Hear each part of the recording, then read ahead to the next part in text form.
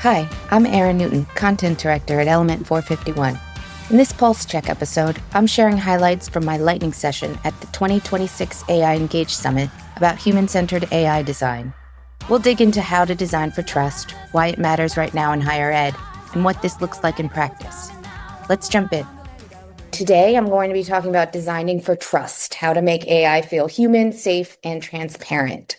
We have gone through a lot of different AI-powered tools and experiences these past couple days, some of even what Devin was talking about with discovery. As you're evaluating or maintaining these products, I want to give you some ideas of what you should be looking for to really make sure that they are going to engender a lot of trust with your users. It's really important for the credibility of your brand, your institution. And this is for, it's humans, all of us. This is very inclusive. These are things that staff, faculty, students, adult learners, people on the go, on their phone, it's important to all of them. So let's start out where AI fails, actually. I've rounded up a few examples. This is generative search, so an AI overview. Somebody had a question about nutrition. How much is 20 grams of protein? And if you've ever met with a nutritionist or dieted and, the ways that they kind of explain how much portions are, what they look like, one of them is a deck of cards. So the AI answered, 20 grams of protein looks like 3.5 ounces of extra firm tofu, 3/4 cups of cooked lentils, or a deck of cards. Nobody wants to eat a deck of cards, obviously, but you can see where the AI got that from because it was in the materials that it was generating its answer from. A little bit silly, not really a big consequence. But then you take a look at a couple years ago, somebody was purchasing a airline ticket on Air Canada. And it was actually, there was a death in the family. It was a bereavement purchase. And so they wanted to make sure that they would be compensated for the ticket afterwards. So they asked the chatbot, what's your policy around this?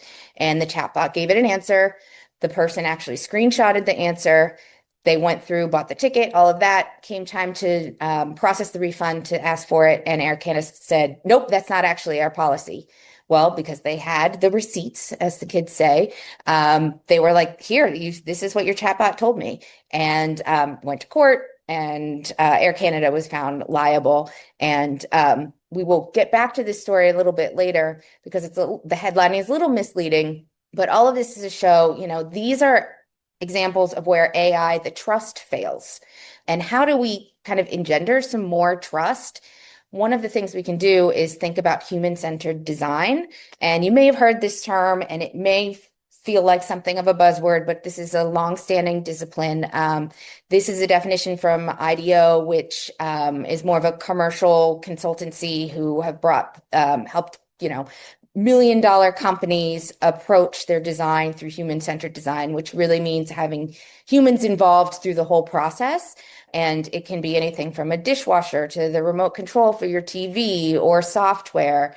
And it's a lot of times involves multidisciplinary teams. So you might have, somebody who's interested in color theory and knows how humans' psychology reacts to certain colors, or if you're making something, the materials that might feel, elicit a certain feeling or response. So that's human-centered design. And as you can imagine, that is now being applied to AI. So AI-powered experiences, they could also be physical things like the robots that we've seen in the past couple of days that might be in our houses folding laundry. How do you take a human-centered approach to doing that?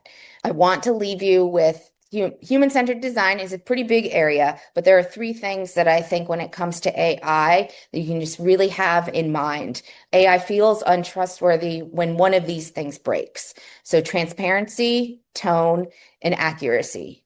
And so I've rounded up, instead of the AI fails, some AI successes where we can look at where these characteristics of human-centered design are really shining through. So first up is transparency. So Lumo is an LLM that is encrypted, it's safe, it's secure. And this is, you can imagine the audience for this are people who are really concerned about their information not being used in training models, conversations not being saved, not being stored. And it could be a variety of reasons. It could be, financial information, healthcare. There's a lot of reasons why somebody would want a really locked down experience using an LLM. And so on the website, it makes it super clear right away. Hey, ask me anything. It's confidential right there in the headline, super transparent. This is private. Unlike other assistants, I don't record our conversations, safeguarded, treated with respect. Your conversations are never used for training. And another thing is that signals transparency here is the words they're using are really straightforward. They're not talking about databases. They're not using the term large language models. These are really straightforward words that, you don't need to be a technologist to understand what they're saying, and why you would want to use this if security is really at the forefront of which kind of tool you want to use. Next up, we'll look at a different kind of AI-powered experience, and this is Grammarly. And so this one is a really good example of some of the tenets of human-centered design, particularly in kind of user experience, digital experiences. Humans really want to know the why of something. So here, somebody wrote in Gmail, I think we should be able to solve this issue for you. And Grammarly says, do you want to sound more confident? Here is an edit that I suggest. It's saying the why to be more confident. It's very clear. This is what they're suggesting. This is what would be edited. And then another really important tenet of the human-centered design is to give the user clear control. So here you have accept or dismiss. It's totally up to the human. They could just say, nope, I don't want to do that. Or yes, I do. So they really are at the driver's seat. And that is really what can make something different than, something where the AI is taking over.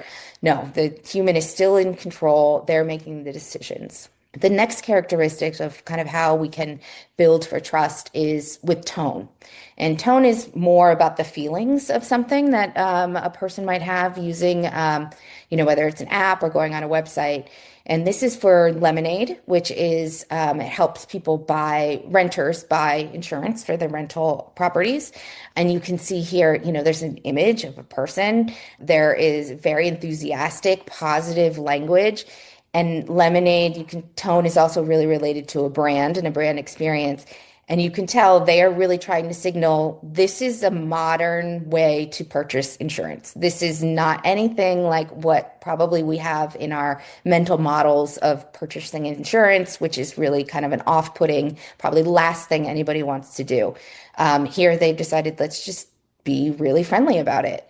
And they take that further where, instead of filling out a form, it's a conversation. It's, do you share your home with any of the following? And then you might, they have these nice, warm, welcoming little drawings, roommates, and you can see the little help copy that comes up if you do select roommates. Your roommate stuff isn't covered. They need to buy their own policy. So you can imagine in more of a traditional experience, with an insurance company, that would be like in the terms and conditions, tiny fine print. This is right there, transparent, and the tone is friendly. They're using your roommate's stuff. These are very casual terminology and what everybody would probably understand, like, oh, okay, I don't know what stuff is. It's not like belongings or some really kind of off-putting kind of word choice. And then, do you have dogs? Do you have pets? And the cats. And it's a very warm kind of experience. And then we take a look at another one, which still very much Apple, probably are the company that brought human-centered design to the forefront. If you compare to kind of the Microsoft example, and then just that really big cultural shift of like, oh, this is what an Apple product, this like simplified experience is all about. So they definitely know human-centered design, but you can tell the tone is really different here. I logged into my own profile. I see it's mine. So that's a signal for me to trust it. And then it says, what's going on? So you can imagine this is something that maybe if you went to the doctor's office or the car repair place, a human would ask you just what's happening. And then there are some categories to choose from. And in this example, I selected repairs, physical damage. And then you go and there are a couple other important kind of human-centered design things that this is doing well. Again, there's two paths. You can select from a list, from a topic, and you can see the words that they've used here for these topics are very like conversational and very what users would probably think of, like my screen is cracked. The back of the phone is damaged. These are not things that probably, they might have on the back end of how they would describe these issues. These are more kind of very human, just everyday terminology that people would use. And then they have down at the bottom, or just tell us in your own words. So again, giving the user the ability to choose their path and what works best for them. Behind the scenes, it's all AI powered. But to the person on the other end, there's two paths that are pretty clear. They're in their language. So it's just a very supportive kind of experience. And then the last bucket here, going back to the Air Canada story, is accuracy. And so I mentioned that the headline here was a little misleading. The chatbot didn't exactly make up the policy. There was a policy for the particular bereavement airline ticket policy that they had it on their website. That was the correct one. And then the chatbot was either confused, didn't know which knowledge base to find the information from, could have been a hallucination, or just it chose the wrong thing. So really where this is going, where us as communicators, marketers, working in higher ed, that the skill set is going to change a little bit from, writing and generating content to really governing content. So accuracy depends on having a clear, defined knowledge base. So Devin, how he showed the discovery tool, there's a knowledge base behind that, whether it's your website or it is files. And that's really where the time and energy needs to be spent a lot to make sure that all of that is accurate, so that your whatever AI is, giving to the user on the front end, it reduces the chances of hallucinating if it knows the right things to say, and it's not forced in these positions to just make things up because it's confused. You also want to really think about your high-risk content. There's so much content. So really, I'm prioritizing what are the things like deadlines, anything financial, anything where like you're going to kind of mess up somebody's big plans for their life if that information is not accurate and it reflects poorly on your brand. It's just nobody wants that. Avoiding conflicting sources of truth. So if you've worked in higher ed for a while, websites, a notorious place where there's a lot of content owners. It's really hard to wrangle all of that. But that, again, is going to be a skill set where, people are going to thrive who are able to manage content and govern it, so that the AIs are working and presenting the right information.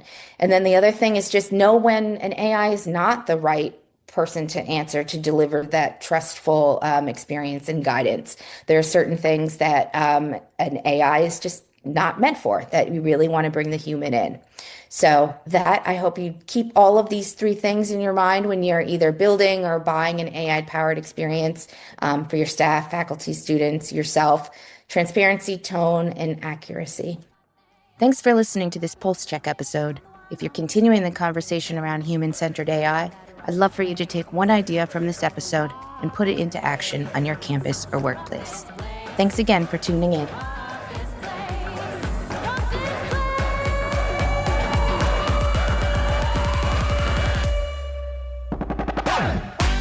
Thanks for listening to the Higher Ed Pulse. The show is a proud member of the Enrollify Network, home to Higher Ed's largest collection of podcasts. Enrollify is where higher ed goes to grow, so be sure to check out our other podcasts, webinars, video clips, blogs, and more. Visit enrollify.org and subscribe for all the latest details and content drops directly to your inbox. Enrollify is brought to you by Element451, the digital workforce platform for higher ed. Learn more at element451.com.